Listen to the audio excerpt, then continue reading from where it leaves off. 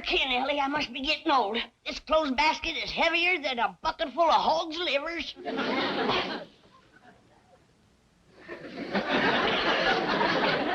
Don't touch it. It's haunted. I bet you little Jasper crawled in there to get warm. Who in tarnation is little Jasper?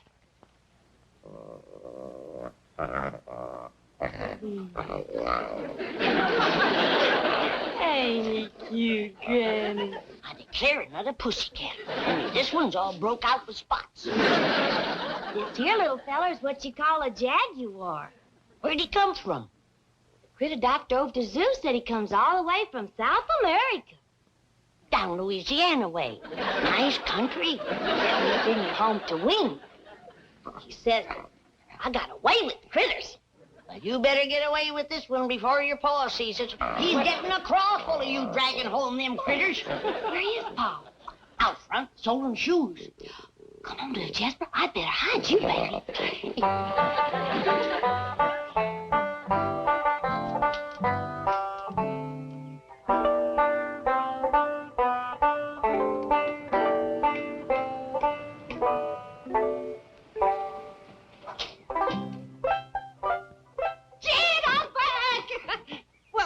It's me, Pearl. Don't you want to kiss me?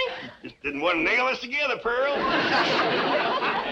My doggies, it's good to see you. It's good to be here. I thought I heard Pearl's voice. You did, Granny. You old rascal, you're surprised us. How are things back home? Fine as frog's hair. Why didn't you let us know you was coming? We'd met you at the airport. Oh, Daddy spoiled the surprise. Besides, I didn't want to take Jethro out of school, and Mr. Drysdale offered his limousine and livered chauffeur.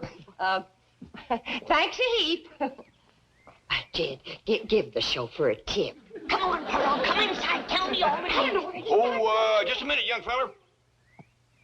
Got a tip for you. Thank you, sir. Plant your corn early this year.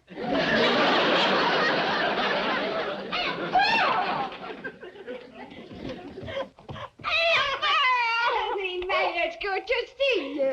Well, tell us all about Jethro getting married. Did you have a big fancy wedding in your parlor? Sure she did. Pearl's been planning that for years. It didn't quite come off the way I planned it. What happened? You know, I had Jethro all set to marry Albert Ledbetter, that tall spring bean of undertaker over to Ripley. Good, steady fella, Al. Best undertaker in the whole county. Only undertakers in the county. Nice feller, too. Oh, Granny, I wish you could have seen the way he decorated my parlor. Well, you couldn't walk for the flowers. They weren't all strictly fresh, mind you, and some of them still had the black ribbons on them. Oh, flowers is flowers. Al never was one to waste nothing. What happened, Aunt Pearl? Didn't Cousin Jethrine marry up with Undertaker? Stood him up, eloped with another man. There goes my free funeral. Well, tell me, Pearl, who'd Jethro lope with? That drummer from Joplin, Jasper Depew. Why, he weren't no more than half her size. I reckon love ain't measured by a yardstick, Granny. And they do look happy. Sent me a snapshot from Turnersville. How'd old Al Ledbetter take it, Pearl? Jethro stand him up like that. Took it right nasty, Jed. He backed his hearse up to the door and hauled away every single flower. Where'd he take him? Straight over to Elverna Bradshaw's parlor. He up and married her daughter before them flowers could wilt. Al never was one to waste nothing. Jed, I gotta have... Hello, son. Ma! Come and see. Jed, don't put me down. Jethro, what are you doing home from school in the middle of the morning? Did you hear your ma was coming home? No, Uncle Jed. They just found out over at school that I ain't got no certificate of health. What's that? That's something that says that I'm healthy. I'm say you're healthy. Now, go on back to school. I gotta have an examination first, Granny. Stick out your tongue. You're healthy. Get back to school. Granny, I reckon he's got to be examined by a doctor. I've been doctoring better than 60 years. It's gotta be a doctor that's what they call a MD. What does that stand for?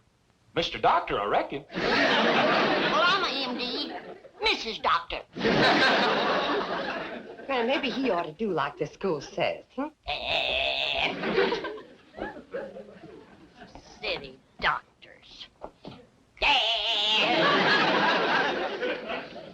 Trouble is, we don't know no doctors. Well, I know the critter doctor over to the zoo.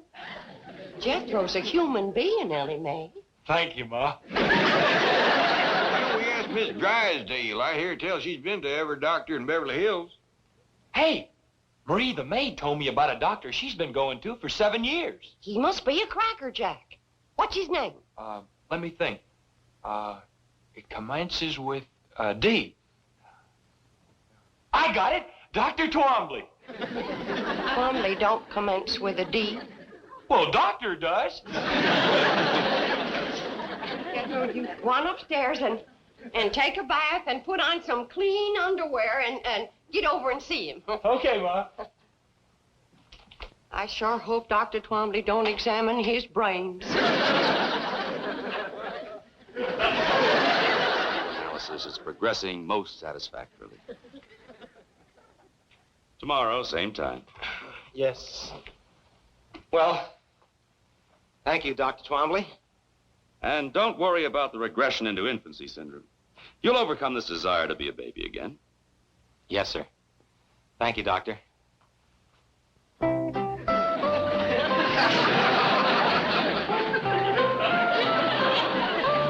Thank you.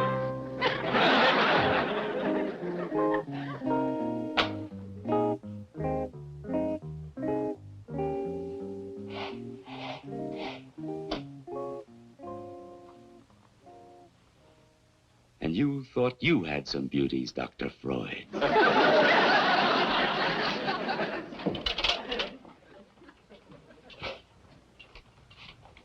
Oh, Doctor, there's one more patient. His name is Jethro Bodine. This is my golf day. You know I don't take patients after 11 o'clock. He was referred by Mrs. Drysdale.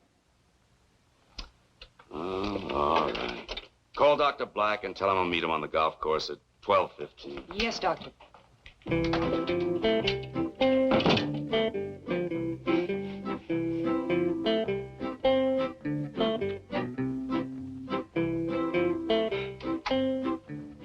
Doctor, this is Jethro Bodine. Howdy. How are you, Jethro? Make yourself comfortable on the couch right here. Thank you.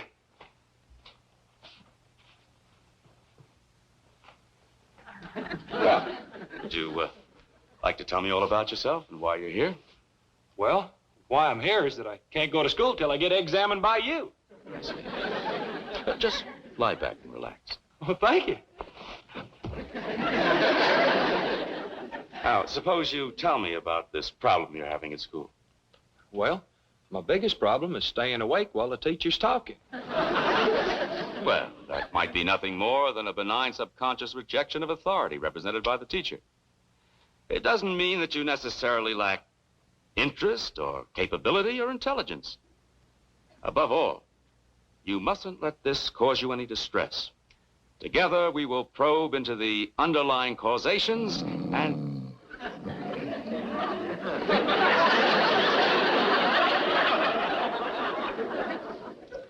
It's so good to feel needed.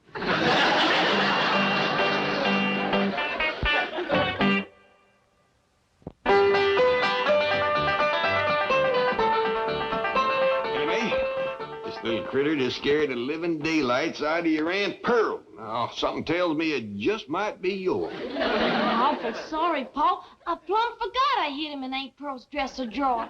He just loves to get in betwixt clothes and snooze. Give me a terrible start, Ellie. I thought it was a fur muffin. Started to stick my hand in and he bit right down on it. Oh, I let out a yell, I can tell you. I heard you clean down to the cement pond. You're yodeling better than ever. Granny, I reckon a ornery critter like this ought to be outside instead of in the house scaring folks. Oh, leave her, stagehead. I'm commencing to like her yodeling. Oh, Granny. Has anybody heard anything of Jethro? He's been at that doctor for a good spell now. Ah, rest easy, Pearl. There's a lot of boy that examine. Now, Jethro, during your few waking moments, you have managed to tell me that your mother's a widow. Oh, yes, sir. I'd like you to tell me all about your mother. I'm very interested in her. Don't blame you. She's pretty. That's fine. Now then, Jethro, what's your relationship to your mother? I'm her son. Yes, I know that. But how do you feel about it? Do you like her? Oh, I sure do.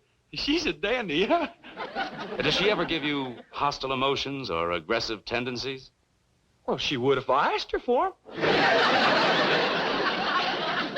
Yes, well, suppose we talk about your father. Do you remember him? Oh, yes, sir.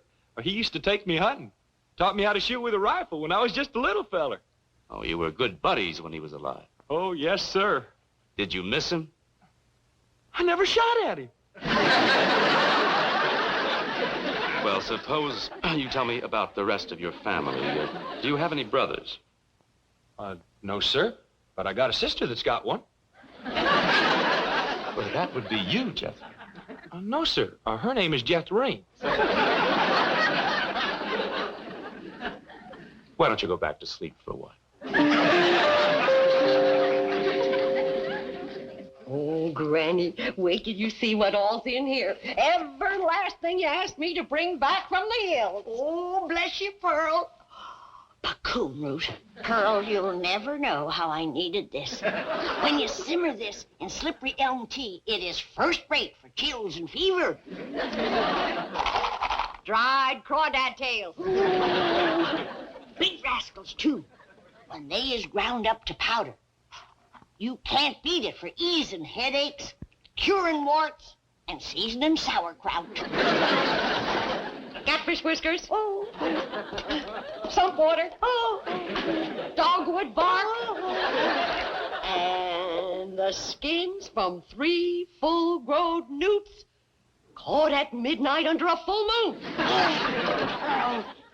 You ain't gonna believe this, but you just can't buy these in Beverly Hills. That's a fact, Pearl.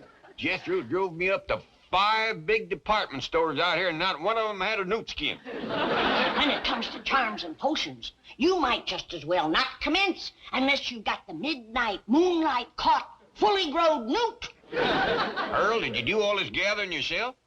Oh, no, not yet. I had company, especially for the midnight moonlight newt hunt. Anybody I know? Oh, 3 of the most marriageable men in the hills. Well, that'd be Jack Cantrell, Widower Lloyd, and Old Man Casey. Oh, he ain't so old. I declare, I had to watch out more for him than the newts. I'm surprised you didn't get married while you was back home, Pearl. I had plenty of chances, Granny, but I got sport living out here. So I'm gonna hold out for one of them good-looking, snappy-dressing, money-spending Beverly Hills fellas. Wild honeycomb. Honeycomb and Mountain Dew. Best thing in the world for Quincy. Mountain-grown flaxseed. Nothing better for poultices. Old George McQueenie sent that to you. I'll take it anyway. Ma! Well, what'd the doctor say? Are you well? Are you healthy? I never did find out. But when that Dr. Twombly heard that you was my ma, that's all he talked about from then on. Talking about me? He must ask a dozen questions about you. But, Jethro, I don't even know the man. Well, he sure knows about you. And he'd like you to come to his office to see him. When? Well, he says the sooner the better. And he's a good looker, too. Bet you Mrs. Drysdale told him about me. I'll hurry and put on my star-bought hair and my society dress.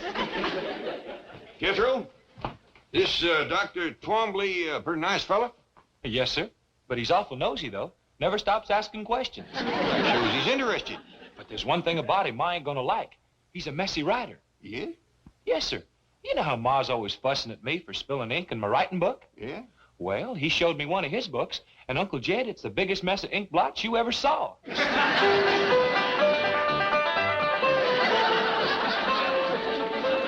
Doggy, Pearl, you're prettier than sun up on a Monday morning. Ma, that dress shines like a new tin can. I reckon that's just about the fanciest dress ever. Even the things that don't show is fancy. I got the truck waiting, Ma. Jethro, that truck's the mite breezy when you're wearing high society clothes and someone else's hair. I'm going in style today. I'll get the door, Ma. Howdy. At your service, Mrs. Bodine. Now, this is the way to live. Oh, I just hope that doctor's looking out his window when I drive up. On the board. Ain't no two ways about it. When it comes to style, nobody plows a deeper rut than Pearl. Mrs. Bodine, how nice to see you. I'm Dr. Twombly. Bonjour, s'il vous plaît, I'm sure. You obviously are a more sophisticated woman than I was led to believe. Merci, n'est-ce pas? Excuse me.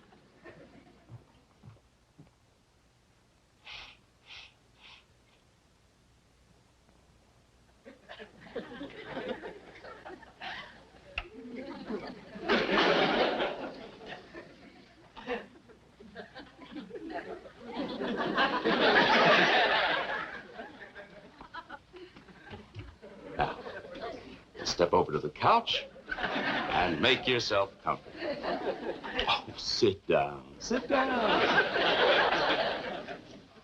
Relax. Let's get acquainted. What's the matter? Don't you get the wrong idea just because I talk French. Mrs. Bodine, you don't. You bet I don't.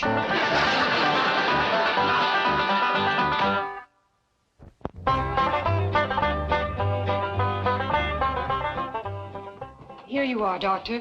And I postponed your golf date until 3. Thank you. Dr. Twombly? Yes, but I'm busy right now. I'm sorry, you cannot see the doctor without an appointment. I wouldn't count on that, ma'am. It might be a good idea for you to leave the room. Who are you? Name's Jed Clampett, blood cousin to Pearl Bodine. Good. It's all right, nurse. Mr. Clampett, I'm glad to see you. Before I shake your hand, maybe I better speak my piece. By all means. Sit down. I'd rather stand, thanks, and I'll get right to the point. Back where I come from, we don't take kindly to anybody trifling with our female kinfolks. But, Mr. Clampett, I take into account that this is a big city and your ways are probably different than ours. When my cousin Pearl tells me she hadn't no more than said howdy, and you commence pulling her to the settee. By doggies, that's dropping a rusty bucket down my well. Mr. Clampett, you don't understand. I do this every day. I'm a psychiatrist. Well, I'd try to get cured of that if I was you. Guess you're liable to wind up bad hurt. Let me explain and apologize for the mistaken impression. You can come out the house, explain to Granny, and apologize to Pearl. I'd love to come to your house. I want to meet every member of your family. Well, that'll be fine. But keep a tight hold on your feelings. I reckon Cousin Pearl can look after herself, but I got a daughter, Elly May, and I catch you making one move in her direction, you're going to find yourself weighing about 3 bullets heavier. Pearl, drink this sassafras tea. I bolstered it up with a little Mountain Dew. Calm you down. Thank you, Granny. Pearl, I wish you'd wear this thing or put it away. I keep thinking it's one of Elly's critters. A bit ago, I tried to feed it a saucer of milk.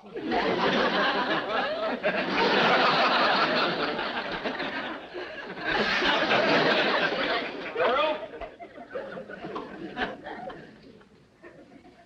You do something different to your hair? Oh, Pearl, Jethro and me have brought that Dr. Twombly home here so he could apologize to you. Oh, I got.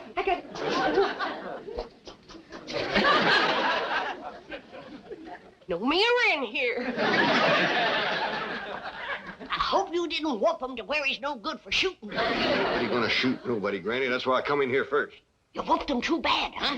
Whoop my toe. How come? Poor fella's so sickly, he gotta have a nurse handy all the time.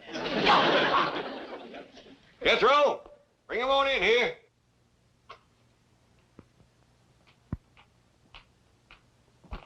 Dr. Twombly, this here's Granny. I'm pleased to meet you, Granny. He don't look too sickly to whoop. You want me to whoop him, Granny? You go look for some chores. What, for instance? Put some air in the truck tire. They won't hold no more air, Uncle Jed. Well, then let some out and then put some in. I never get to do anything I want to do. Somebody's always saying, do this, do that, put air in, take air out. I don't know.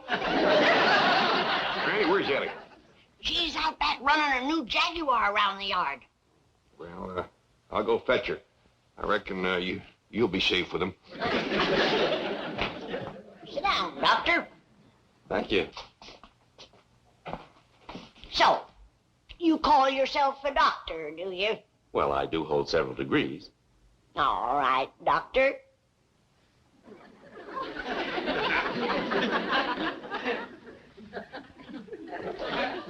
How do you cure warts? Warts? Yeah, warts. Well, dermatology isn't my field, but I assume electrodesiccation is still the preferred method.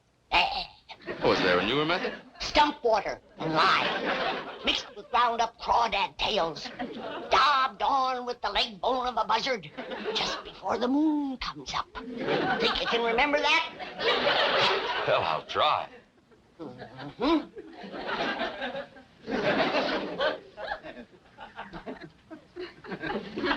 How do you cure quinsy? Quinsy? Tonsillitis. No, that wouldn't cure it. It's an inflammation of the pharyngeal area. I don't care what you call it, that wouldn't cure quinsy. Quick, what kind of poultice for rising in the ear? Poultice? What's acidity for? Well, How would you cure the vapors? What about the drowsies? Aching joints, stone bruises, corns, dander, twinges, and proud flesh. These things are outside my field. A doctor goes where he's needed. He don't just stay on his own land. Now, you sit right back down. Remember what I told you. Hey, this here is Dr. Twombly. Howdy. How do you do? Are you the young lady with the new Jaguar? I sure am. You want to see it? Well, yes, I'm an enthusiast myself. Is it in the garage? No, out in the yard. Come on. Now, you sit right there. Elly May, bring it in the house. A Jaguar in the house? Is it all right, Pa? Yeah, as long as you don't take it upstairs again.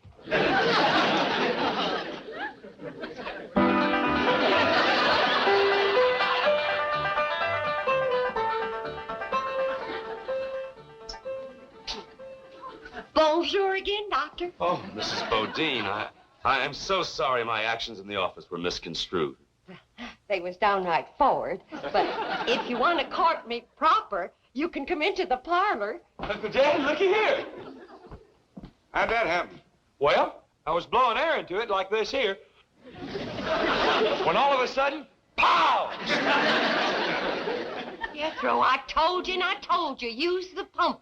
You always bust the tires when you blow them up by mountain. Okay, Ma. Hey, is he going to be my new daddy? Me? I reckon that's up to him, Jethro. We do have a nice parlor for proper courting. Watch out, Pearl. Here comes Elly and her Jaguar. Oh, goodbye, folks. It's been weird. Doctor, wait, we got a big couch in the parlor. Yes, I suggest you get on it. All of you. I'll send someone over. Well, Balda, he run out on me. Ooh. Hey, Ma, you want me to catch him and tote him back? Let him go. Let him go. But, Granny, it might be my only chance to get a Beverly Hills doctor.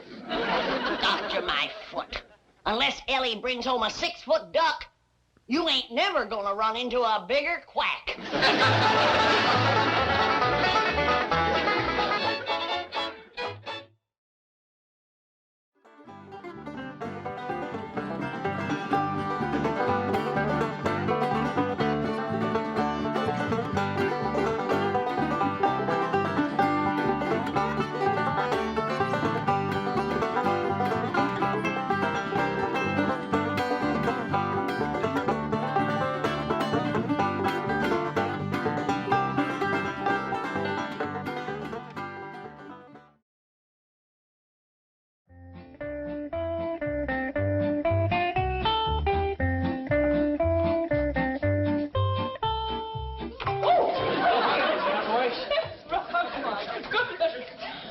I'm sorry you got all tangled up in the rope. Well, I am rather helpless. If a man were to try and kiss me now, I couldn't resist. You couldn't?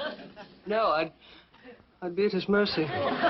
Don't worry about that. Ain't no man gonna kiss you while I'm here.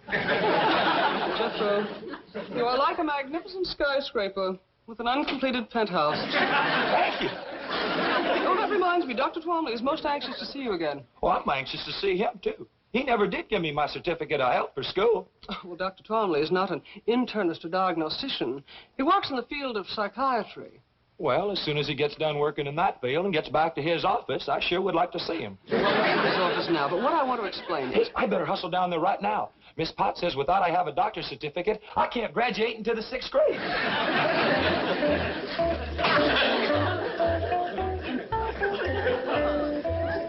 Jethro? Oh, good morning, Granny. Morning, Miss Hathaway. Where's Jethro? I told him to string me a clothesline in here. I'm gonna have to take a hickory switch to that boy again. He's gone, Granny, but you don't need a clothesline. I sure do. Can't hang him outside. It's gonna rain today. But, Granny, you have an automatic clothes dryer that... Rain today. That's right. Well, I just read the weather forecast in the morning paper, and it says fair. Yeah, it's gonna be a pretty fair rain. Granny, the Government Weather Bureau says no rain today. Is that a fact? Granny? Oh, howdy there, Miss Hathaway. Howdy. Granny, your soap's hardening up real good. I best go out and start cutting it into cakes. It's gonna rain today. Miss Clampett, perhaps you can ease Granny's mind about this rain. Oh, that don't vex Granny. Now, she likes rain. Besides, it don't rain enough out here. It's not going to rain today. Who says it ain't? Well, the U.S. Weather Bureau. Who's he? If I had to narrow it down to one he, I guess I would have to say chief meteorologist. Well, yeah, them Indians is pretty good at reading rain signs, but I'll go along with Granny. The United States Weather Bureau does not depend upon rain signs. It is a vast complex of highly skilled meteorologists working with the latest scientific equipment. They send balloons tens of thousands of feet into the air to measure wind velocity, barometric pressure, moisture content, and temperature. Their radar network scans the weather all over the continent. Their weather satellites are out in space circling the globe. Now, what does Granny have to compare with this in making a weather forecast? Twinges. Them little stabbing pains in her bones. I know what twinges are, but they can hardly be considered dependable weather prophets. Oh, I reckon they as good as balloons. Granny's got other ways of telling when rain's on the way. She studies ants and spiders and listens to the way the owl hoots and other things. I'm afraid superstitions and omens cannot compete with knowledge and experience. Well, I'm glad you're coming around to our way of thinking. Where's Jethro? Granny's going to want him to tote that soap in before it rains. He's gone to Dr. Twombly's office. Good. He's going to need that health certificate at school. I've got to have it before I can graduate to 5th grade. You're in the 5th grade? Yes, sir. Fixing to scoot right on up into the 6th quick as you can give me my certificate of health. Jethro, a simple physical examination is no problem. I want to explore your mental capacity, your cerebral region. Should I take off my shirt? No. That won't be necessary. Just make yourself comfortable on the couch over there. Well, what did you do to your thumb? Oh, I have a patient who thinks he's a dog.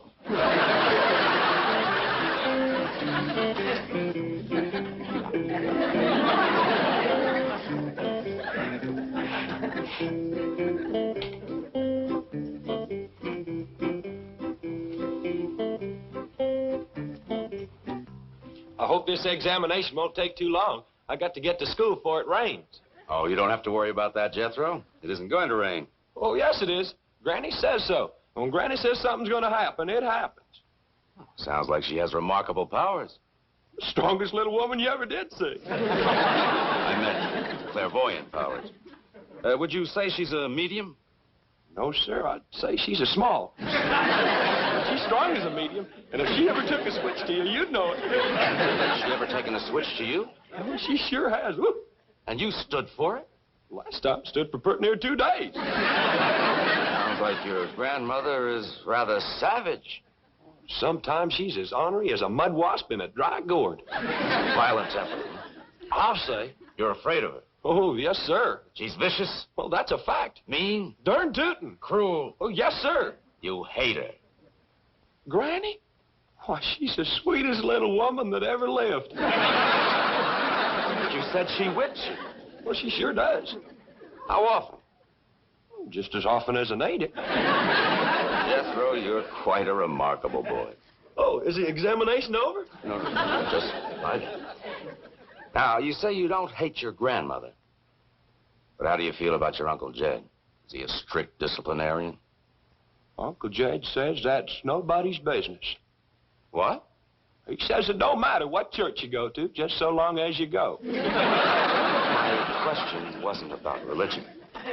Well, if you ever get one, you just ask Uncle Jed, because he can quote the good book from cover to cover. That's wonderful. So you like your Uncle Jed? Oh, yes, sir. Well, back home, I used to brag that Uncle Jed could outshoot, outlift, outhunt, outfight, and outfigure any man in them there hills. I see. Back home, you were proud of him, hmm? Oh, yes, sir. But now that you're in Beverly Hills, surrounded by well-educated, well-dressed, sophisticated, important, and successful men, you still brag about him? No, sir, I don't. Uh-huh. Why not? Uncle Jed says it's sinful to shame these puny little city fellers.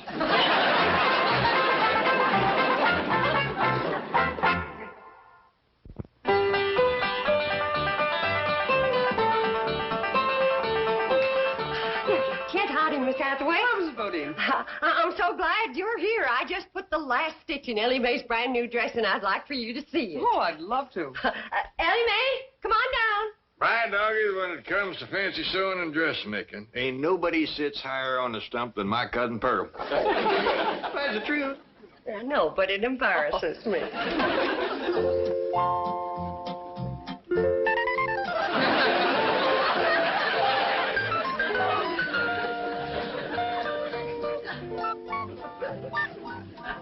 Kind of busy, isn't it? My doggies, I bet you Beverly Hills ain't ever seen a dress like that. You have my word on it. It ain't so much. Eat, she says. Look at her, grinning like a butcher's dog. You mean you did this all yourself? Every puff, ruffle, gusset, gore, and eyelet. Let's go show it to Granny and Jethro. Oh, Mrs. Bodine, Jethro is in Dr. Twombly's office. Oh, Miss Hathaway, how well do you know that there Dr. Twombly? Well, I'm not a patient of his, but he has a very big reputation. I think I know how he got it. What do you mean? I wasn't in his office for 2 minutes, and he tried to lure me to his couch. Well, he does that with everybody. He's a psychiatrist. Yeah, he admitted that to me, and I told him he ought to try to get himself cured. Psychiatry is what he practices. Well, he ain't going to practice on Pearl. Now then, Jethro, as I've already explained, sometimes we have hostilities and aggressions which are so deeply hidden from our conscious mind that they reveal themselves only in our dreams. Now, please, try again to recall for me a few of your dreams.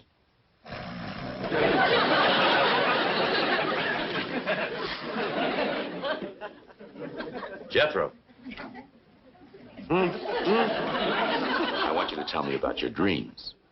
You keep asking me about my dreams, but you won't let me sleep long enough to have one. Let's forget about the dreams and go back to your conscious relationship with your family. Now, we've established that you love your mother, adore your grandmother, and worship your Uncle Jed. How do you feel about your cousin Elly Mae? Dr. Twombly, there is times when I'd like to whoop the tar out of that girl. And just when is that? When she whoops the tar out of me. What do you mean? Well, she's all the time wrestling me down, getting a toehold or an arm lock on me. I'm that smart. You mean to tell me that that beautiful and fragile-looking girl can engage you in combat and emerge victorious? No, sir. But she can whoop the tar out of me wrestling. And that makes you angry? You bet. You want revenge? Yes, sir. She disgraces you? Yes, sir. Shames you? Yes, sir. And you hate her? Elly Mae? Well, shucks, no. I'd cut off my right arm for her. Jethro, don't you hate anybody? Well, I'm commencing to get a mite put out with you for not giving me my certificate of help. All right, Jethro. You take this note to Dr. Wilson across the hall, And he'll give you your certificate for school. Thank you.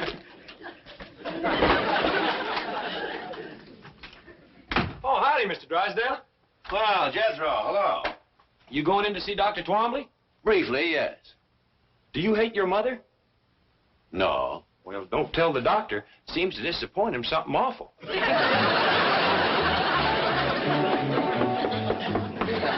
in. Hello, Jane. Oh, Milburn. Oh, biting nails again? Your wife was scheduled for this hour. Yes, I know. She just called me from the beauty parlor. She's running a little late there and felt she needed that more than this. And I have to agree. Your wife's doing fine. She's greatly improved. Oh, really? You know, it's hard to believe that once she was worse than she is now. Oh, I'm greatly indebted to both of you for putting me in contact with that wonderful Clampett family. Fascinating, aren't they? Remarkable. Jethro is the most uncomplicated teenager I've ever met. Yeah, the whole family's uncomplicated. Happy as hogs in a mud waller. You are close to them. I'm proud of it. You're just the man to get me back in their good graces. Oh, what happened? Jethro's mother misunderstood my invitation to the couch. I'm persona non grata. Well, you just come with me. I can fix that. Wonderful. I'm especially anxious to question Granny. That little woman is a walking encyclopedia of mountain medicine, superstition, and phenomena. She absolutely fascinates me.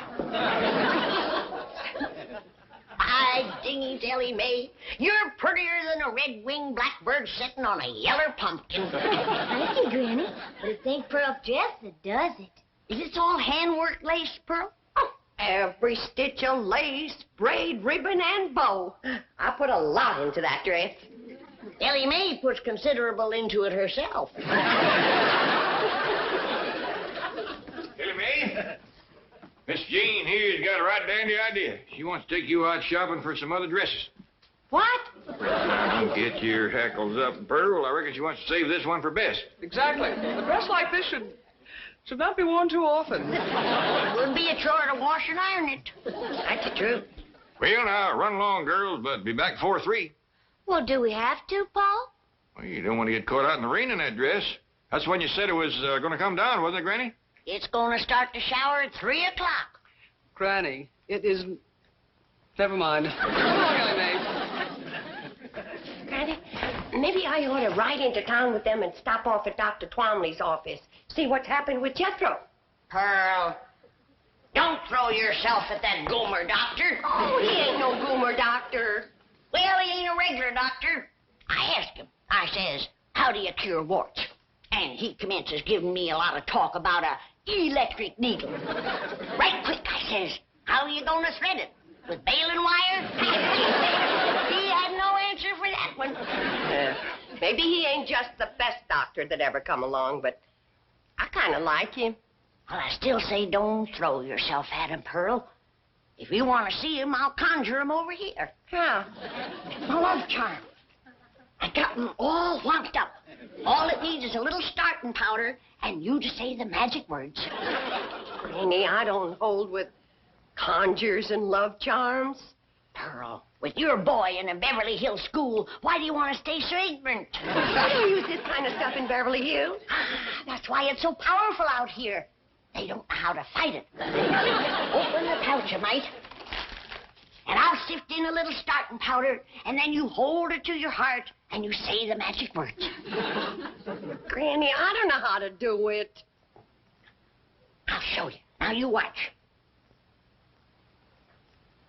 Darling, darling, my true love, come a-swooping like a dove. Oh, Granny! Granny! There's somebody here to see you. Granny, I couldn't wait to see you again. Great hogs and gnats, I conjured them for myself. Get away from me, yes, Pearl, you want, not me. Toads and buzzards, bats so mean, switch the spells of Pearl Bodine. Get away from me. You stay away from me. You stay away from me.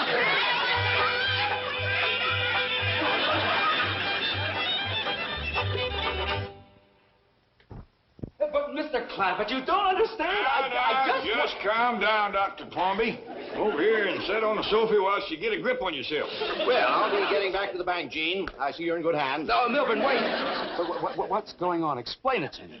D, explain the behavior of these uncomplicated people to Beverly Hills' leading psychiatrist. No, Milburn, wait.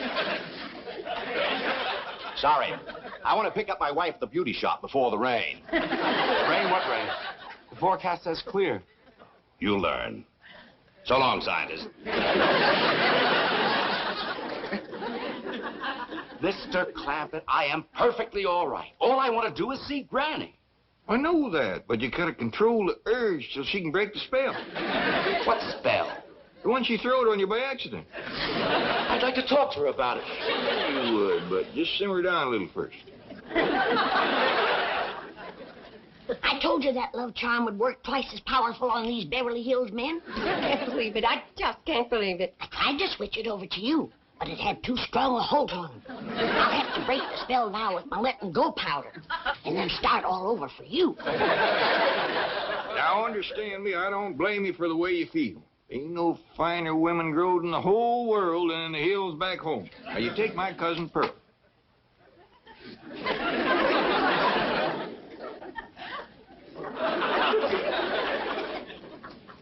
Powder, powder, white as snow, make the spell of love let go. That was broke, Jed. You can let him go now. Oh, Granny, wait, what did you do to me? Come back. I want to talk to you. Granny, please. Granny, looks like the spell ain't broken. Never seen a man held so tight in the grip of love. Gotta remember, this feller's a psychiatrist to start with.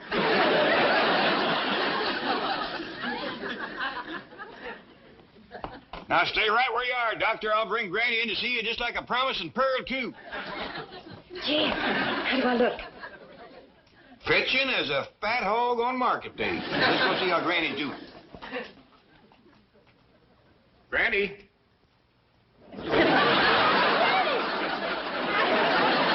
Doggy, you scare away vultures. I do appreciate this, Granny. Me too. Come on. I'm glad to get rid of the rascal. Why, they must be 30, 40 years difference in our ages. At least. I'm not about to get mixed up in one of them May and December courtships. Here they are. Oh. Bonjour, Monsieur Doctor.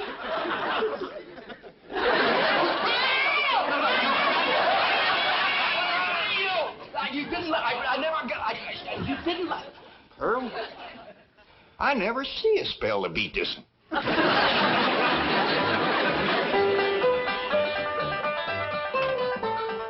got him settled down. I think I found his weak spot, Pearl. What's that? He's mighty fond of music. Come on in, yodel for him. Jed, I just can't bust out yodeling for no reason. Well, don't worry. I'll lead you into it real natural. Well, I just hope it helps to get his mind off Granny. Me too, Pearl. I'm getting awful tired of that young feller chasing me. Why, there must be 20 years difference in our ages. At least. Come on, Pearl. By dingy's daisy, it was your love charm that got him started. But maybe it's your own charm that keeps him going. Say, Dr. Plumbee, did I ever tell you about my cousin Pearl here being an extra fine cook and housekeeper? Yes, you did. Did I tell you about her dressmaking? Yes? Sock darning and shirt mending? Yes. Well, speaking of yodeling, at least, Pearl.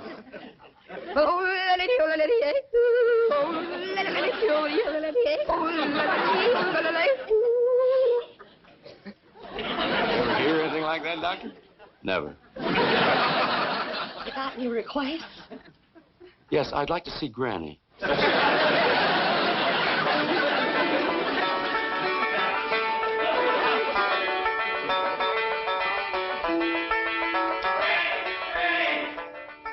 back at school, Granny. Ain't you spruced up? Quiet down, boy. There's company in the parlor. Who? Doc Dr. Twombly. So that's how come you so fancy, dressed up and smelling with vanilla extract. Of course not. Well, he's right taken with you, Granny. He's been asking me a lot of questions about you. Don't be silly. Why, there's at least 5 or 10 years difference in our ages. How many? Tuck away, it's gonna start to rain. But, Granny, the paper says that... Scoop when I tell you. Did I hear Jeff? Oh, here you are, Granny. Thank goodness.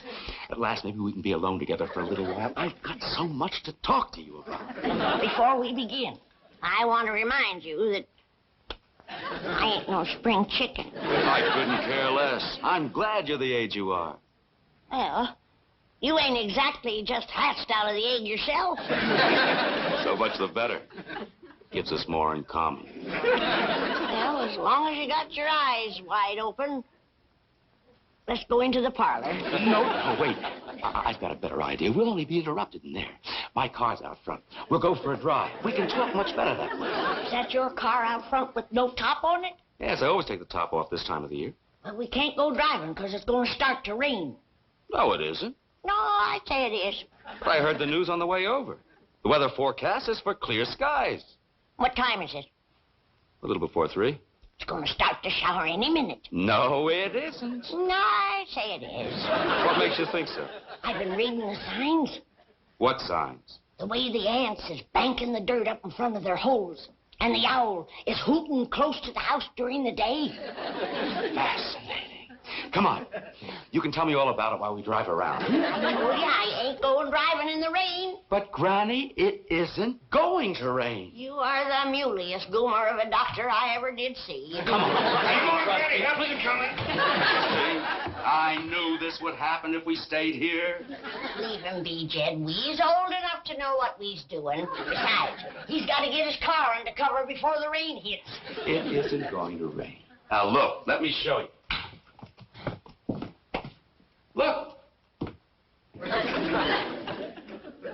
Did you ever see such a clear blue sky, such a... What's that black thing? That's rain clouds. Hi, doggies, Granny. You hit it right on the nose. Oh, my God.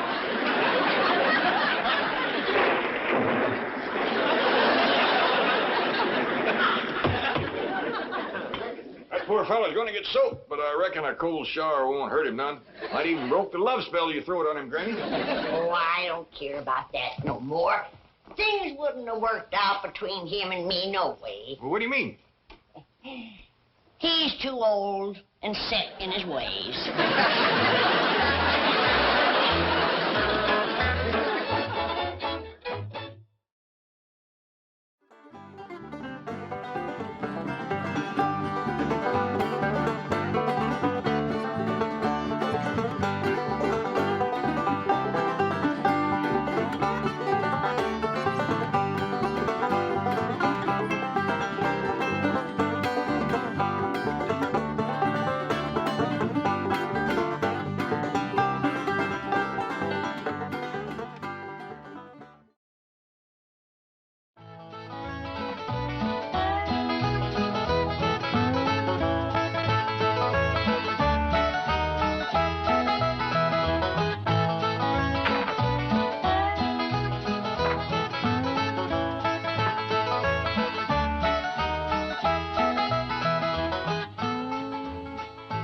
Granny, Jethro said you wanted my Benny Rooster for something. I sure do, Ellie. I just heard that Jane Hathaway is sick of bed, and I want to cook her up a nice big pot of chicken broth. Well, that's not... Granny, you ain't fixing to cook Earl. Oh, of course not, Ellie. But I figured you could turn him loose in the neighborhood, and he just might bring home a plump little hen. Good-looking little fella here, Earl. Well, Granny, I don't reckon Earl wants you to cook none of his sweethearts neither. Well, maybe you're right. Just turn him loose outside. And if a chicken hawk shows up, Jethro can bag him. They make awful good broth if you simmer them long enough. Granny, Jethro tells me Miss Jane is ill and you're fixing the doctor for her. That's right, Jed. Trouble is, I don't know for sure just what she's got. What she told you, Jethro? She's got something called sick benefits. Sick benefits? Yes, sir. Well, I called her apartment this morning to find out could she come to supper tonight. And she says, I'm sick in bed, Jethro. And I says, well, Granny will come on over and doctor you. And she says, well, you tell Granny there's already a doctor on the way because I got sick benefits. I bet it's something like a sick headache or maybe a sick stomach. I reckon it's worse than that, Ellie, because this is catching. Is that a fact? Yes, sir. Miss Jane says pretty near everybody that works down at the bank has got sick benefits. Because they don't wear ass-affinity bags. Appears to me like Mr. Drysdale got himself a heap of trouble down to the bank. Is Mr. Drysdale sick too, Jethro? No, I asked Miss Jane that. And she says the executives, that's the higher-ups, like the vice presidents, they don't have sick benefits. Probably because they eat better and they get more rest. And they wear ass-affinity bags around their neck. Well, I reckon we all ought to pitch in and help Mr. Drysdale. He must be mighty short-handed down to the bank. Well, I can help count the money. Arithmetic is my best study in school. I'm up to 12 times 12 now. Well, how much is 12 times 12, Jethro? Wait a minute. Okay, now hold up 2 fingers. Okay. 12 times 1 is 12. 12 times 2 is 24. 12 times 3 is 36. Now, never mind, Jethro. We's all right proud of you, but right now we all better hurry down to the bank, see how we can help Mr. Drysdale. Come on, everybody.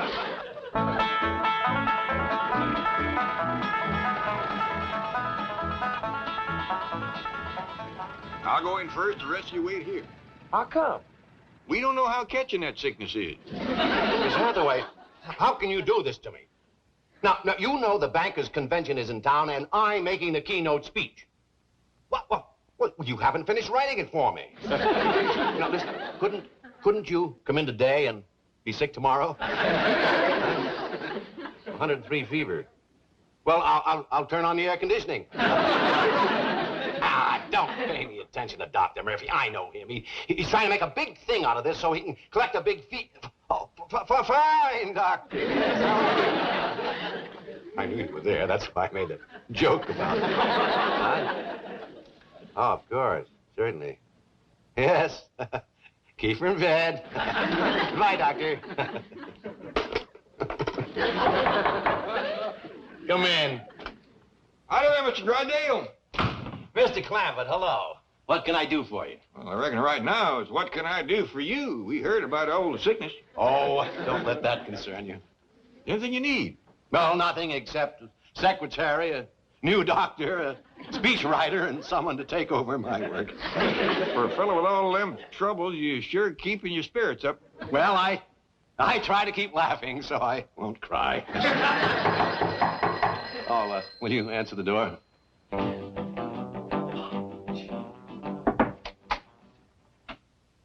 Oh, howdy, young feller. You want to see Mr. Drysdale? Yeah. Come in, come in. No, not today. Now, leave me alone. See you later, Mr. Drysdale. Yes, and thank you so much. Just being neighborly. Who was that? Never mind him. Who are you? Oh, we met the other day when I started to work here, Mr. Drysdale. I'm the new teller trainee. My name is... What do you want? Well, sir, I noticed that you were without a secretary, and, well, I thought I might be able to help. You take shorthand? Oh, I don't mean me, sir. However, there is someone from the secretarial pool that I'd like to recommend. Oh? Who? Well, the chick, the young lady at the first desk, I believe her name is Kitty Northcross.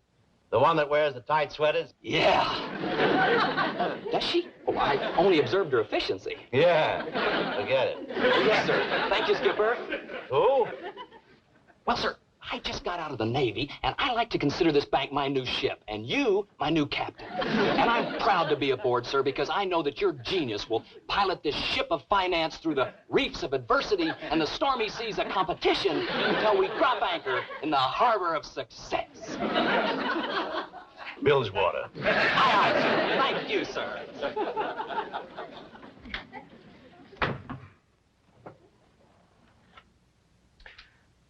And now to continue my speech.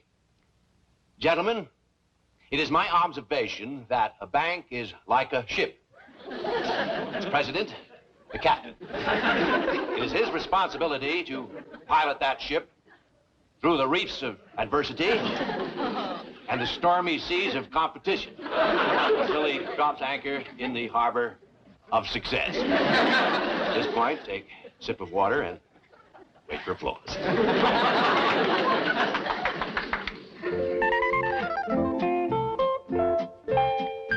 Oh, good, Ellie, you're all ready.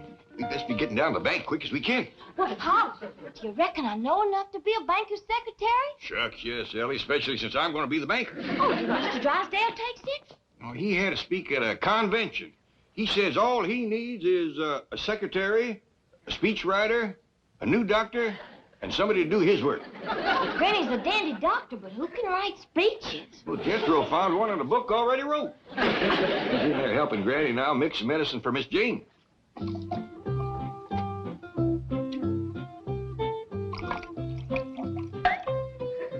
Now my secret yarb.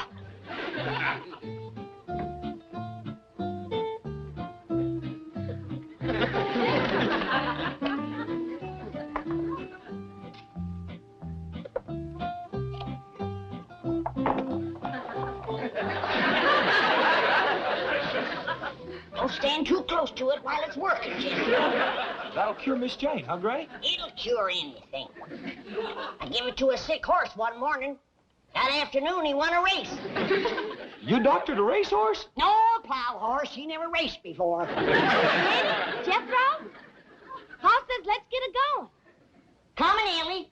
You got your speech with Mr. Drysdale? Yes, ma'am. One of the greatest speeches ever wrote. 7 years ago, brought forth to this continent a new nation, conceived in liberty and dedicated to the proposition that all men are created equal. My dingies, that's a dandy speech. I'm proud of you. I didn't write it. That was written by Abraham Lincoln, the president that whooped the South.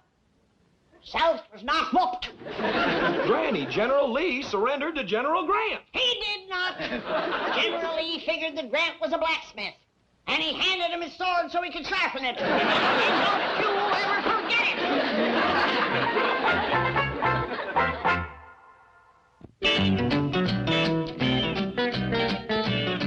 And so, gentlemen, in conclusion, let us think of our banks as a great fleet of ships rescuing the army of American citizens from the Dunkirk of financial difficulty. Let us take them aboard and safely sail them back to the shores of prosperity. Gentlemen, bon voyage. Beautiful, Skipper. Just beautiful. Listen, the door was open and your voice drew me in here like a magnet. Could I go to the convention with you and hear the entire speech? No, you cannot. But, sir, you're my idol. Well, you're pretty idle yourself. Now get back to your cage and do some work. What a voice. Sir, you were born to command. In the Navy, you'd have been an admiral. Well, I was in the Army. Corporal in the Quartermaster Corps. Great outfit, sir. Backbone of the armed forces. Get back to work. That voice. You and General MacArthur. Legends in your own time. Out. Pleasure, sir. Where did personnel dig up that nut?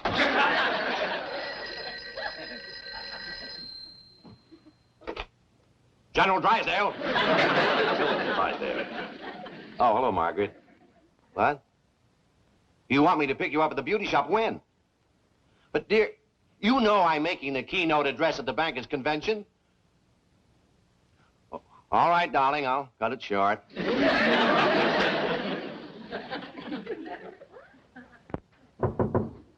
Will you stay out of here, you nut? I'm sorry. I thought it was someone else. I'm terribly upset today. That's why we's all pitching in to help. Ellie here's going to take Miss Jane's place while Granny gets her well. No, you don't have to do that. Oh, it's no more than any neighbor do. Well, I do appreciate your kindness. I'm running late, so please make yourself comfortable. See you later. Oh, Mr. Drysdale, here's your speech. Oh, I did forget it, didn't I? Thank you, Jethro. You're welcome. Well, goodbye, all, and thanks again. Bye. Bye. He's gone, Pa. Reckon you in charge now. Are you going to take his place, Uncle Jed? Sure going to try. Well, sit down to your desk and go to banking. I want to see how you do it. Me too.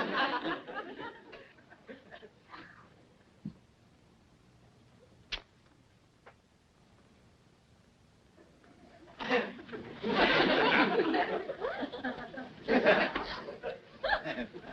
banking yet, Pa?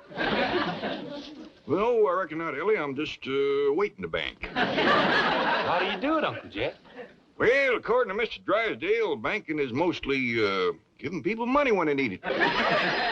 I'll get it, Paul. That's what a secretary's supposed to do. Howdy, this here's Mr. Drysdale's office, but Mr. Clampett's in charge now.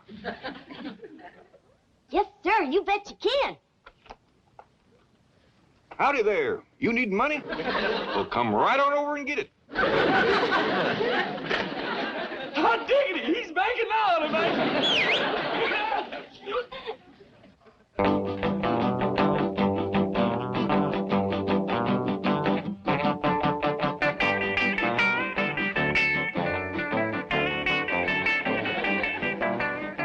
Come in, North Cross. Gee, Mr. Billington. Just call me Bob, doll. Was this going to be my new office? Bob Doll? Could be, honey. I've been speaking to Milburn about you. Milburn? The president, baby, the president. Oh, Mr. Drysdale. Had a girl, oink. Oink? Just a term of affection, doll. It means I'm a hog about you. Oh, that's cute. I think. Swell. Now, listen, about tonight, this apartment where you live, can you cook there? Well, I don't know. I've never tried. You got a stove? I think so. Well, how about a can opener? Oh, I know we've got one of those. I used it the other night to open a bottle of wave set when we did our hair. Mother and me. Your mother lives with you? No, I live with her. Swell. Rescuing the Army of American citizens from the Dunkirk of financial difficulty. Let us take them aboard. That's enough, Jethro. No wonder Mr. Drysdale needed himself a speechwriter. That's pitiful. I didn't understand it. Me neither, and I'm a banker. Well, I reckon I'd best get out to Miss Hathaway's desk. But I ain't sure I know what to do. Well, just watch others, Ellie, and do like them. That's the way we learn. Yes, sir, Pa. Now, listen, honey, is your mother going to be home tonight? Oh, we're going to set our hair again. Well, hello there. Hello there. Well, she's sitting at my desk. Get lost, honey, huh? But Bob, Mr. Billington. Oh, Mr. Billington. Wait, in the vault. Well, what about tonight? Can I tell Mom you're coming by? Not tonight, honey. I don't need my hair set.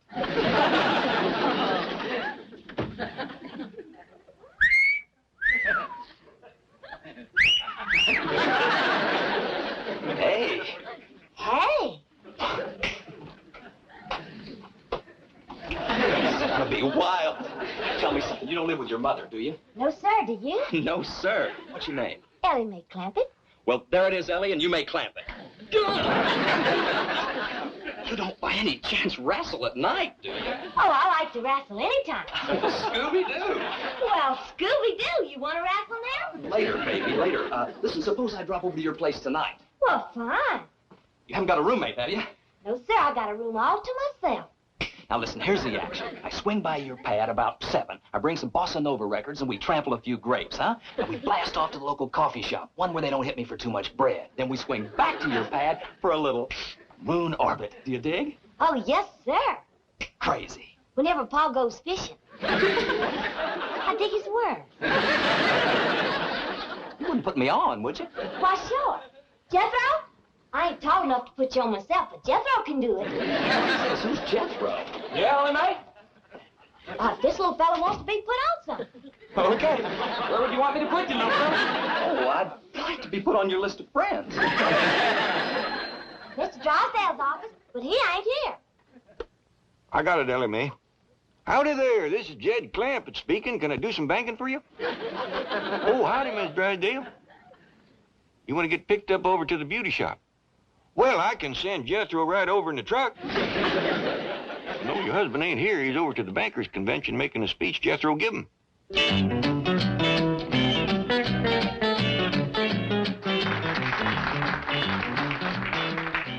And now, gentlemen, it's with a great deal of pleasure that I introduce our keynote speaker, the distinguished president of the Commerce Bank of Beverly Hills, Mr. Milburn Drysdale.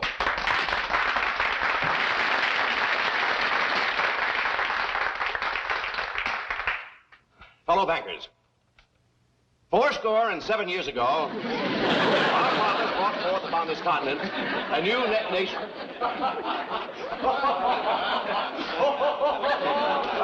Well, now, some of you seem to be amused because I have chosen the humble words of Abraham Lincoln to keynote this convention. But those of you who understand banking at its highest level will understand the significance of these words as I say, conceived in liberty and dedicated to the proposition that all men are created equal.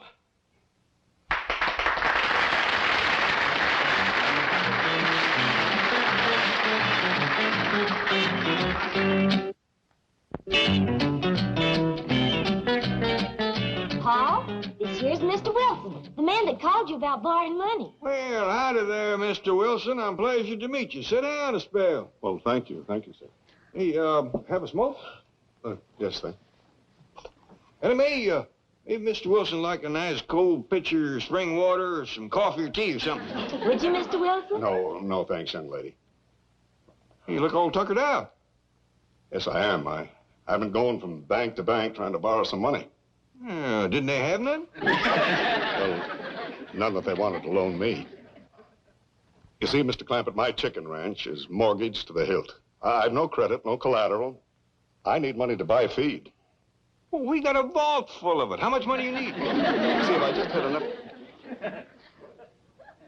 Are you kidding me? Elly May, take him out to the vault and show him the money. No. Would you really lend me the money? Well, that's what banks is for, ain't it? Well, yes, but I'm poor. I have no security. Ain't no shame being poor as long as you're honest. How do you know I'm honest? Well, if you wasn't, you'd be telling me about how much you got instead of how much you ain't got. Mr. Clampett, I've never met a banker like you before. Oh, shucks, Mr. Drysdale can outbank me any day in the week. He must be a wonderful man. You bet he is the best banker around here. Now, how much money would you like to have? Well, sir, I really need $5,000, but I can squeeze by on 3 or 4. Elly May, go fetch this man $5,000. Yes, sir, Paul. Bring him a cup of that cider that Granny sent down to ward off sick benefits. Doggone if he don't look like he's coming down with it. Okay, Paul. Now for my secret yarb. What is your secret yarb, Granny? Oh, I dasn't tell you, Jethro. Why, if that was to ever fall into the hands of the enemy, the North could win the war. I told you, Granny, they done won it. No such thing. We's just laying back letting them think they did. One of these days when they ain't looking, we's gonna jump them. You gotta believe me, the South done got whooped.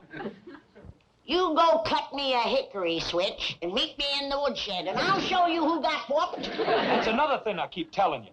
We ain't got no hickory tree and no woodshed. That's right. I guess I'm getting old and feeble. Yes, ma'am. Well, open your mouth and close your eyes. And Granny's going to give you a little surprise. Oh, good. Swallow that.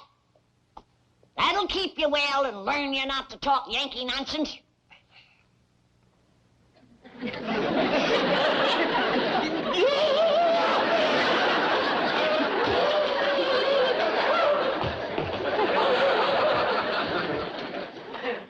Hey, Doc. I hear some square put the bite on your old man for a gang of bread. What? Well, he laid $5,000 on him. Oh, you mean Mr. Wilson? That's a cat. How'd he get it? Well, he told Paul he needed it for his chickens. You're kidding. What would chickens do with all that money? It was for Mr. Wilson to buy feed. He's got a chicken ranch. And your dad gave him $5,000 for chicken feed? Well, sure, Paul's got $35 million. $35 million? And he likes folks that raises critters.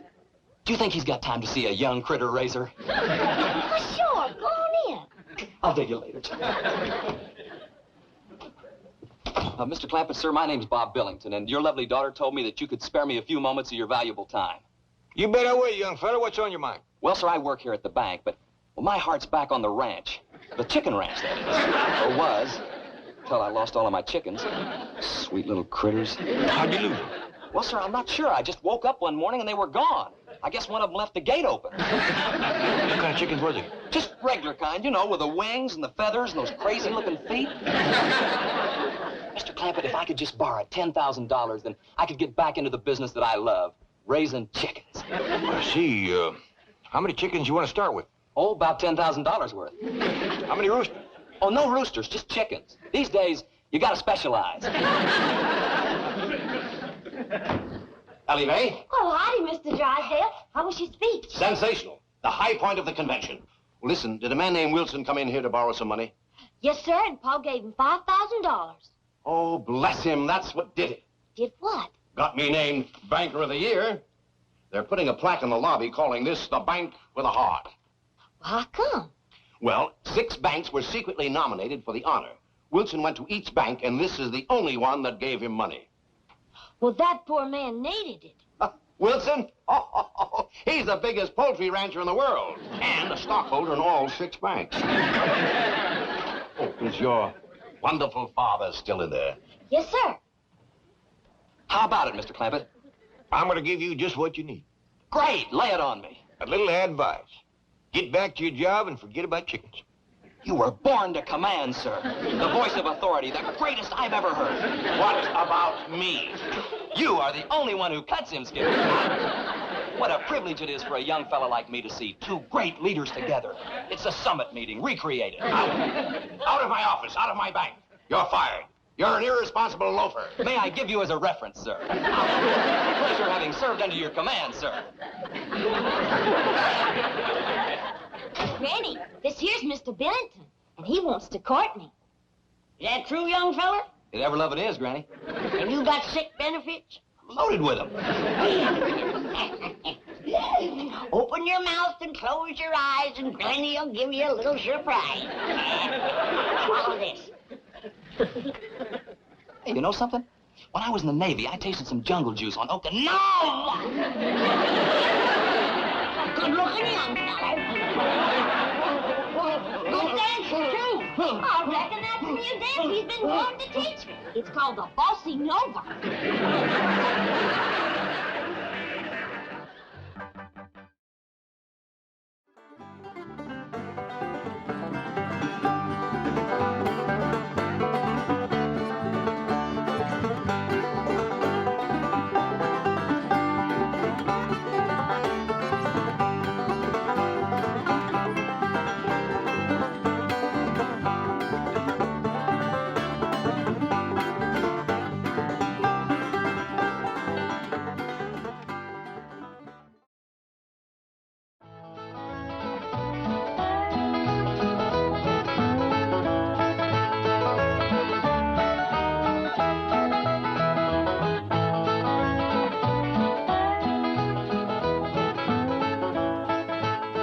Granny, you out here?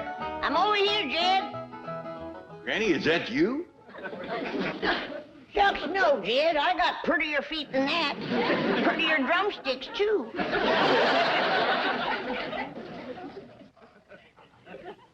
Well, them is them fancy towels Mr. Drysdale give us. Yeah, he says they're beach towels, but we use them right here. Granny, we've got company coming, and I reckon you'd like to get some victuals going. Who's coming? Well, one of them rich, high society Beverly Hills fellows named of Armstrong Doozer McHugh III. The third what? 3rd Armstrong Doozer McHugh, I reckon.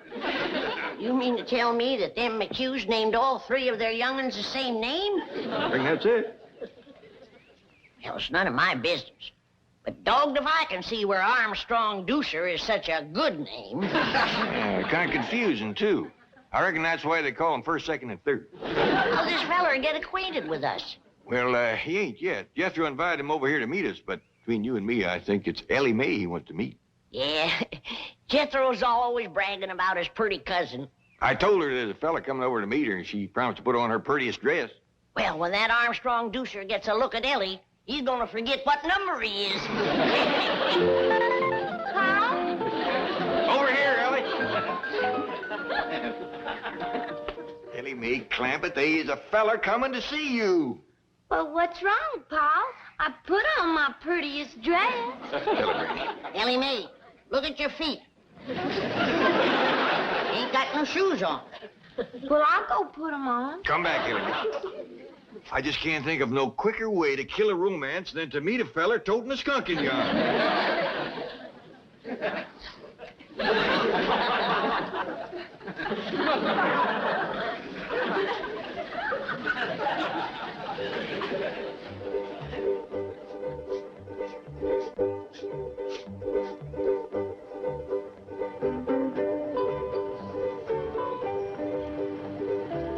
Jed, here he comes.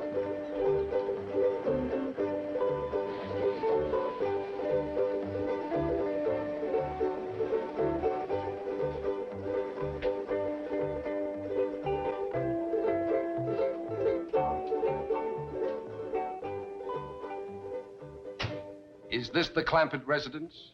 Yes, sir. Thank you. He's older than I figured. And wearing a uniform. Jethro didn't say he was in the Army. It's all right, Jed. It's Confederate graves. Well, howdy there. I'm Jed Clampett. This here is Granny, and I reckon you must be Armstrong Doozer McHugh III. Oh, no, sir. The second? No, ma'am. That explains him being older. He's the first. Jethro, Armstrong's here. Sir, you don't understand. Excuse me.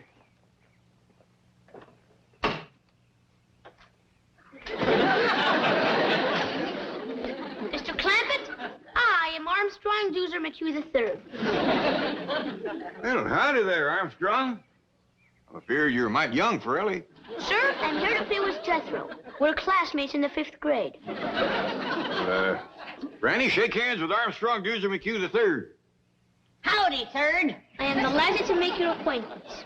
Mighty big spread of years between the first and the third. Appears to be the second. It'd be just about right for Elly. Big Jethro! Oh, please, sir, please. Master Armstrong is very delicate. Jethro won't hurt me. He's my friend. But you might get a nosebleed at that altitude. Master Armstrong is under the care of several specialists. He's very sickly. Wilkins, please. Last week we had nurses around the clock. Even got a sick clock.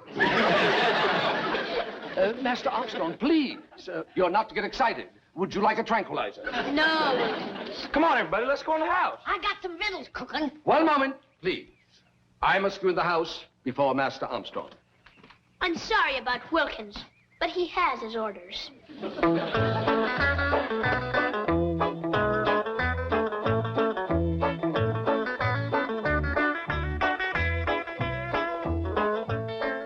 in the Sam Hill are you doing? This is an allergy spray.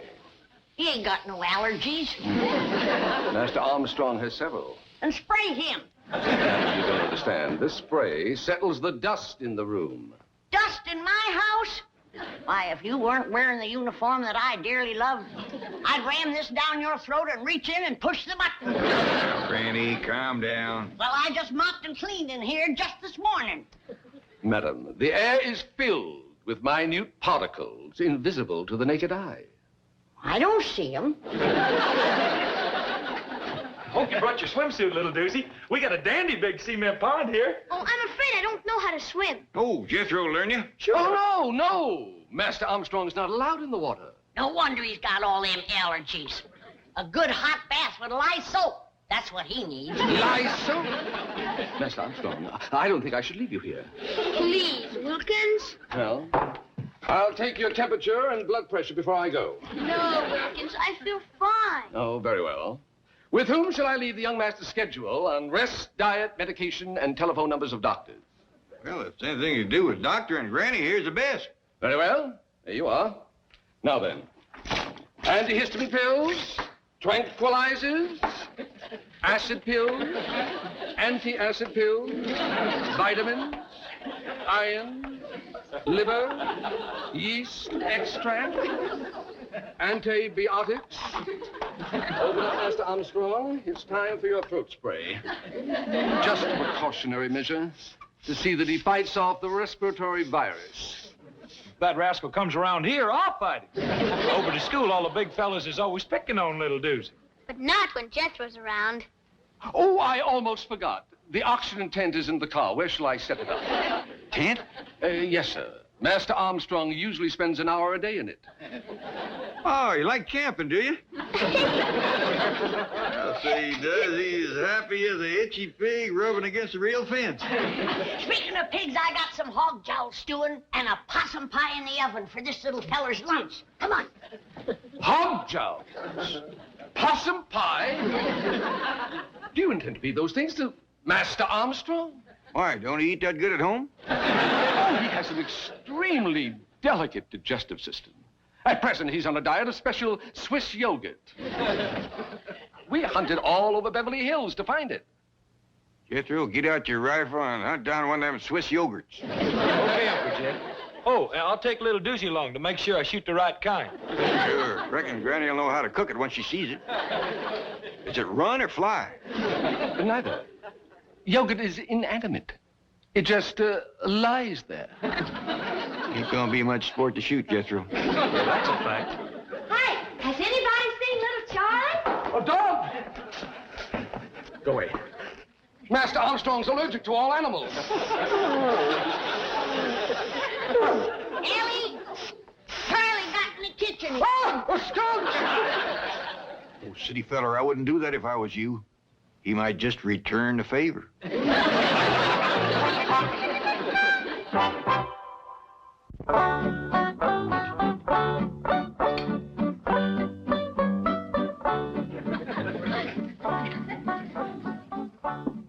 Oh, I'm sorry.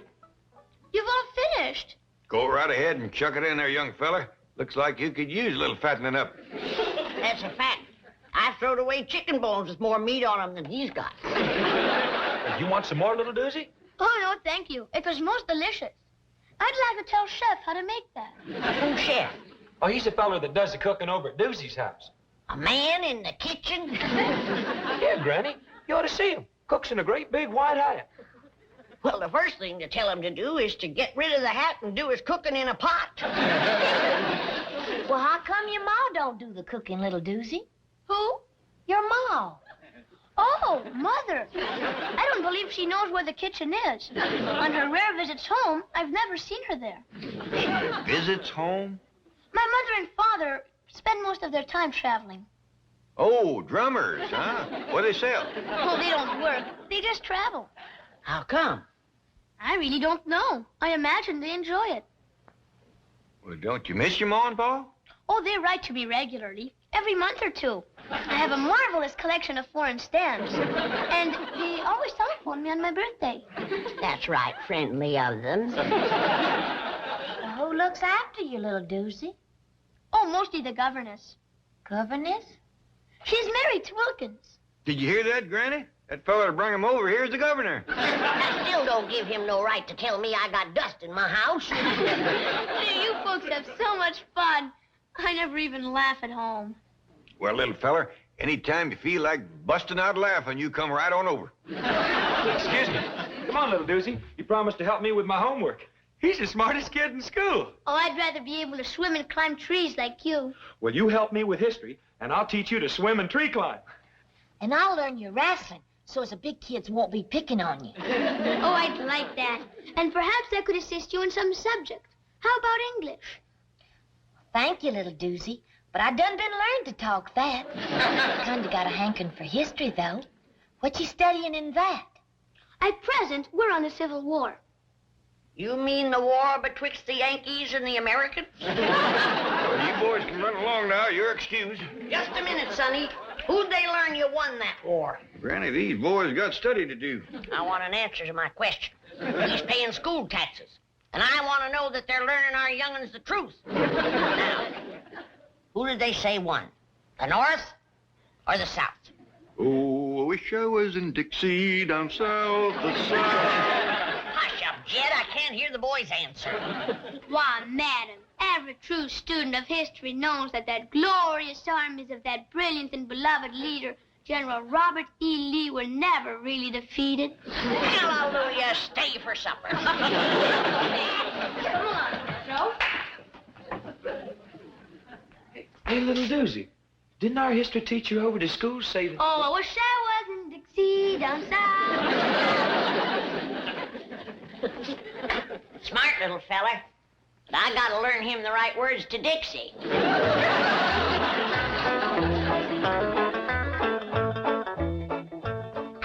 young Master Armstrong, and he told me to tell you that he ain't ready to go home yet. He's having too much fun. He's not permitted to have fun. It's bad for his blood pressure. Well, I'll tell him when he comes down out of the top of that tree. He's in the tree? Say, that little rascal can climb like a squirrel. Soon as his hands get toughened up, he'll be as good as Elly May. I insist upon taking him home immediately. I told you, he don't want to go home yet. That makes no difference. He's going. Hold on a minute. I don't want to tangle with no soldier in the Confederate grave. This is not a Confederate uniform. Now remove your hand and lead me to Master Armstrong. And if I don't? I'll have to take him by force. Is that a fact? Like Grant took Richmond. What did you say? I shall take him like Grant took Richmond.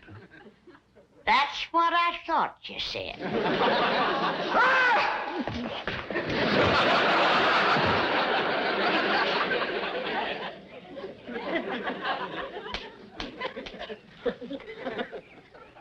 I'll be back.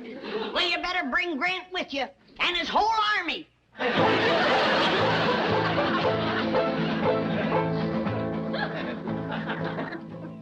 But, operator, I must talk to Mr. or Mrs. McHugh. Have you tried Rome? Paris? How about Zurich? Well, try Zermatt. Maybe they're climbing the Matterhorn. Well, try anyway. Maybe their hotel has a long extension cord. Operator, this is urgent. I thought I told you to ski that. Call me back. My area code is 417 zone 328, and this is mobile 089-303-52. Never mind. I'll call you.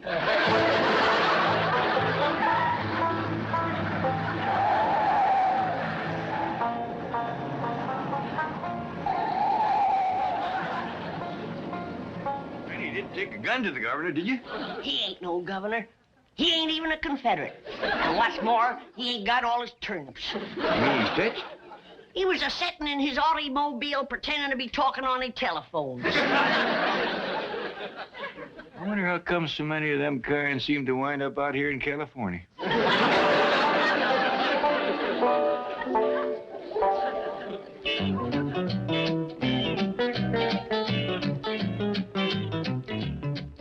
Sorry to interrupt, Chief, but Wilkins here has an urgent problem concerning young Armstrong Dewsum McHugh III. No, what is it? Well, to fill you in, Chief, Armstrong Dewsum McHugh III's father, Armstrong Dewsum McHugh II, has appointed the bank executor of his will, administrator of his estate, and guardian of Armstrong Dewsum McHugh III in case something should happen to Mr. and Mrs. Armstrong Dewsum McHugh II. And that is why Wilkins here, and very wisely, has come to you in this crisis. What is the crisis? I forgot. Oh, yes. Young Master Armstrong is being held a prisoner. Call the FBI. Do you know who has him? A hillbilly family called the Clampetts. J. Edgar Hoover, please. Never mind, hang on. Wilkins, the Clampetts are my next-door neighbors, my largest depositors, and my personal friends. And the very salts of the earth. Sorry, Chief. But, Mr. Drysdale, young Master Armstrong is extremely frail and delicate, and the Clampetts refuse to give him the proper food or rest or medication. They're exposing him to great danger. Get the Clampetts on the phone. They won't harm the boy. But I'm afraid they already have. They've got him climbing trees and eating possum pie. Delicious. But they're violent people. Granny threatened me with a shotgun. What did you say about the South? The South what? Granny! Jane Hathaway here. Could you call young Armstrong Dewsum McHugh III to the telephone? I don't hardly think so. He went out to the cement pond to swim. Thank you, Granny. Goodbye. Nothing to worry about. Master Armstrong is in swimming. But he doesn't know how to swim. But Jethro, I don't know how to swim. Oh, don't let that worry you, little doozy. We can learn anybody. Why, heck, Elly May even learned her cat. Come on, Rusty. Look there.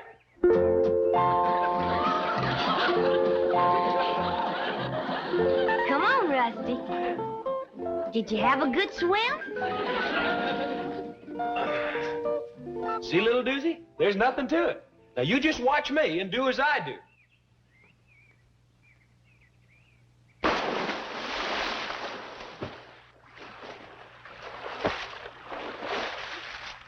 little doozy. I'm afraid, Jethro. You got nothing to be afraid of. Why, Elly and me is right here. And Rusty, too. I'll do it if Big Jethro commands me to. Big Jethro says, dive in and swim.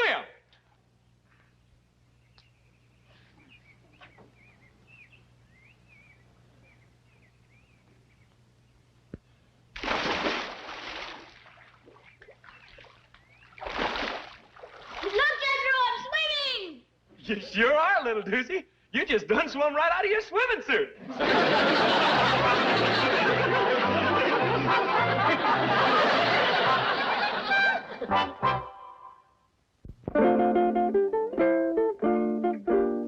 Nice and soft here so nobody won't get hurt none. Can you really teach me to defend myself against those big bullies at school? You betcha. Now come at me like you're fixing to hurt me. I really ought to learn you on someone bigger than myself. Mr. Pullman? Yes, Miss Clampett? Would you help us out for a minute, please? Why, certainly. What can I do for you? Well, I'm trying to learn this here young fella how to protect himself. Now, you come at me like you're fixing to hurt me. Oh, I don't think I'd better. I was in the Marines, you know, and they taught us some pretty rough tactics.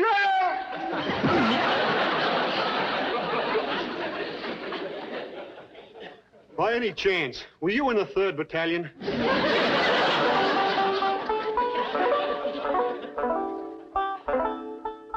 Try that, little doozy. It works! I'll tell you what you can do. You whittle yourself a whole bunch of these, different sizes, tie them together side by each. You can play a real tune. But I don't have a knife, sir. Well, I'll tell you what. If you promise to handle it real careful, like I showed you, safety first, don't cut yourself, you can have this one. Gee, thank you, Uncle Jed. You know, by rights, I ain't your Uncle Jed, just Jethro. Oh, yes. I'm sorry, Mr. Clampett. Seeing as how you're such a good friend of Jethro's, you can call me Uncle Jed. Now remember, Third, you gotta keep your eye on the cork. And when the cork starts bobbing around in the water, then you know that a fish is nosing around the bait. And then, when the cork all of a sudden ducks under the water, then you know old Mr. Fish has grabbed the bait. And you pull him out. Can I hold the line, Mrs. Granny? Sure, you might as well get the feel of it. I caught something! Oh, you couldn't have. There's nothing in there. It felt like a whale! Help me!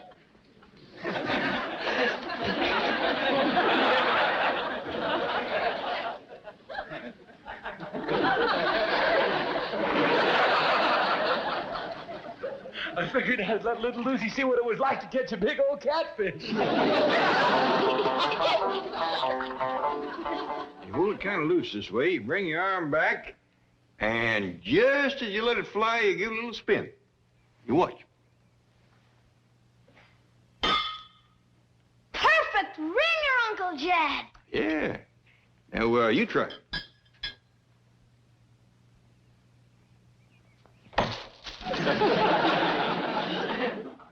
Now, you see how handy it is to be able to climb a tree?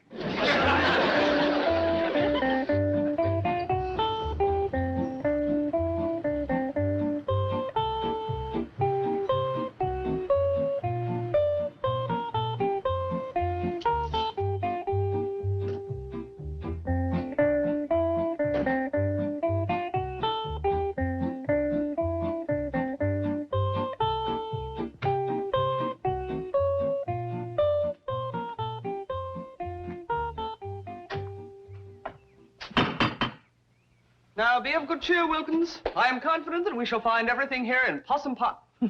Apple pie order. Howdy, Mr. Drysdale. Well, Miss Jane, Mr. Wilkins, come on in.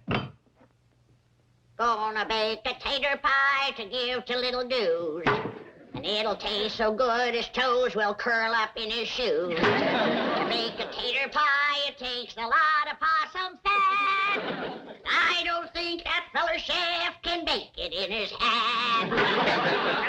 Greetings, Granny. Oh, hey. Thought I told told you to secede from these parts? Annie. Madam, I demand to see Master Armstrong immediately.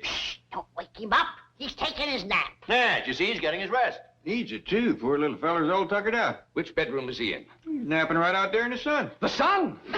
His skin is far too sensitive to be exposed to ultraviolet rays.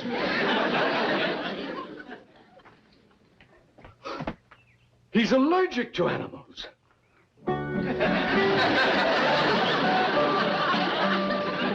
Wilkins, I'm not going home. I feel fine. You're coming home and have an antiseptic bath and then spend an hour in your oxygen tent. Wilkins, I'm not going. Then I'll take you by force. You will. Like Grant took Richmond.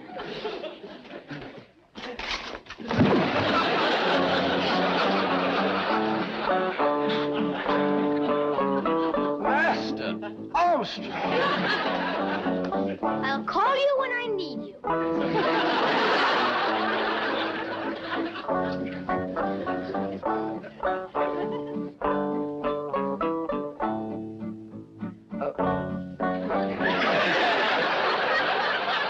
Go away.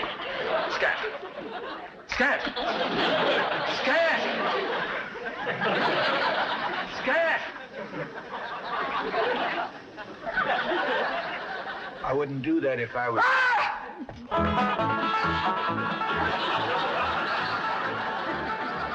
Tried to tell him.